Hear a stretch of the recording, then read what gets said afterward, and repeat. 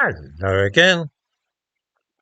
Those having the misfortune to travel lately on tube trains in London may have noticed an increasing amount of graffiti, especially on certain lines. The Central line is very much afflicted by this antisocial activity. Much of the graffiti has no artistic merit at all, and is essentially no more than large scribbles of the kind which a child at nursery might produce. This is inside the carriages now as well, and consists of just scrawled initials 18 inches high, repeated without variation across all the walls. People clearly go out on purpose to carry out this kind of vandalism. There's nothing artistic about it. It's simply a way for one mindless individual to draw attention to his existence by daubing his tag over and over again. The result of this kind of thing is to make a train look neglected and dirty, as though nobody can be bothered to clean it after it has been damaged in this way. It also creates a lawless atmosphere which makes more criminal activity likely. One remembers the broken window theory of policing.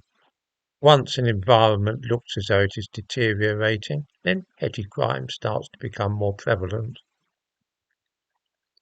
I was reminded of the mindless vandalism which I see all too often on the London Underground lately, when I saw what had been done to a landing craft used to ferry soldiers ashore during the Falklands War in 1982. It may be seen in the thumbnail to this video, and some thoughtless decided it would look much brighter and cheerful, more gay as one might perhaps put it, if it were to be covered not in those ghastly drab military paint jobs, but instead covered with a rainbow flag to celebrate something to do with homosexuality. Why anybody in his senses would think this, I couldn't say. But there it is. You might think that anybody with a grain of decency and solemn thoughtfulness for the hundreds of men who lost their lives on both sides in the conflict might have said to himself, hang on a moment, it would be monumentally tacky to use this military boat to celebrate some passing modern craze for a flashy celebration of a particular kind of sexuality. Best not to do it.